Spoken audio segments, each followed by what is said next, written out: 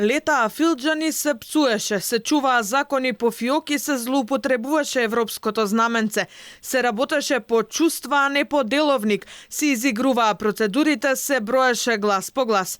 Течат последните часови од мандатот на народните избраници. Наместо Дом на демократијата, Македонското собрание во последните 4 години неретко наликуваше на друмска кафеана. Не се почитуваше различното мислење на претениците, кои впрочем го искажуваат јавното мислење на граѓаните.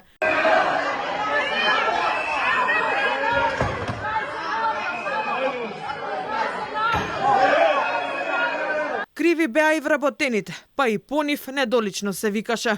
Сите служба конкретно седници, веднаш кај по 2 седници, сите што позади се, немате ви еве. Вие сте на плата и ни се бавате на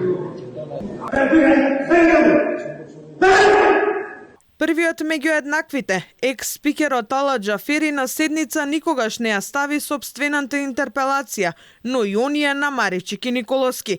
Често знаеше да си го толкува собранискиот деловник според свој речник, на што постојано укажуваа опозицијските пратеници. Таков беше случајот и со уставните измени. И сами сте свесни дека уставот е регулиран со посебна глава, со главата 10, по која што се водеше претрес и не може да се злоупотребува членот 165. Пишува некаде во кое време се свикува седница се одржува? Не пишува. Владеачкото мнозинство под превезот на европското законодавство туркаше закони со европско знаменце.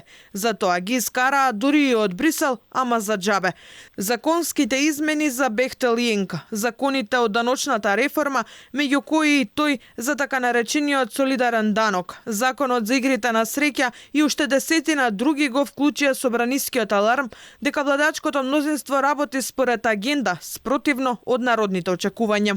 Сите овие постапки и процедури за носење на овие закони и договори ќе бидат внимателно анализирани, ревидирани и процесуирани до адекватните институции по промената на власта во Македонија. Сите процедури запазени со специјален закон донесен овде во собранието без ни еден глас против во однос на израда на коридорот 8 и коридорот 10D.